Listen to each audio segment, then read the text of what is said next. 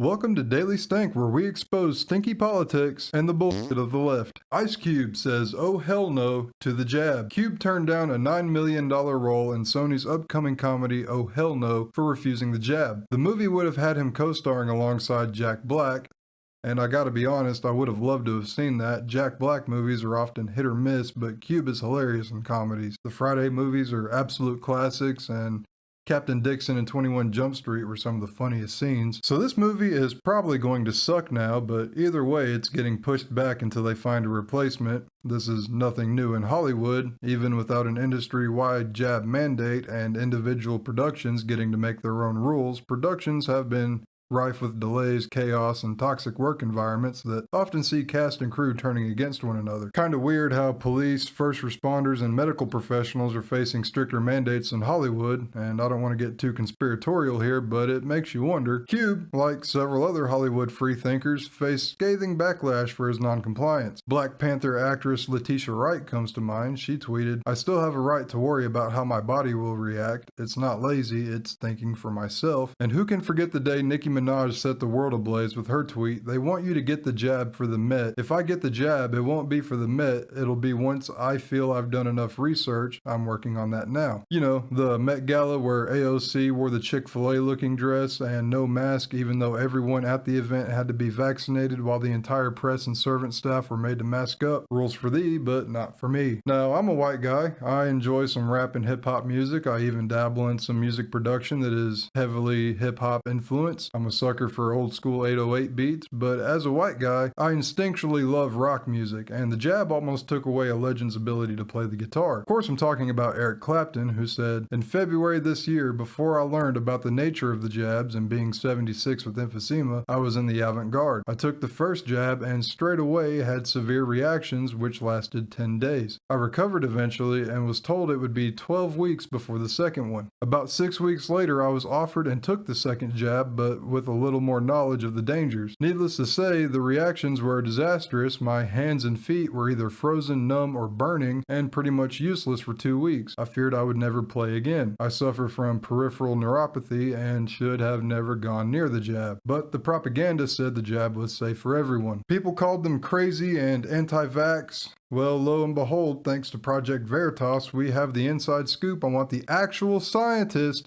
that actually worked on the jabs have to say about it. Justin Durant, a J&J scientist, says, "Don't get the J&J. I didn't tell you though." Chris Kroc, I'm not really sure how to say that, but Chris, a Pfizer senior associate scientist, says, "I worked for an evil corporation. Our organization is run on jab money." Anyway, back to Ice Cube. He's not a weak man. He's strong in his beliefs and has had no qualms in bucking the Hollywood hive mind. He even teamed up with Donald Trump to work on an economic and educational plan for Black Americans to promote Black business startups, and that was immediately met with a wave of backlash, including MSNBC's Joe Scarborough accusing him of siding with racists. Now, if there is anything that can make me believe we're living in a matrix that's glitched one too many times, it's Ice Cube being accused of being racist towards Black people. Even Saturday Night Live got in on the mockery with Kenan Thompson portraying Ice Cube as being in it for the money. Has anyone else noticed Kenan's acting on SNL is identical to his acting on All That? I mean, it was hilarious when I was 8. I still enjoy rewatching Kenan and Kel occasionally, but I'm 30 now, and SNL just isn't what it used to be. I really miss Norm Macdonald and Chris Farley. Maybe SNL should have picked Kel. Did you guys know that Kel was T-Bone the Bulldog in Clifford? By the way, earlier this month, SNL's viewership absolutely tanked, down 50% from last year with the lowest audience rating in its 47-year history.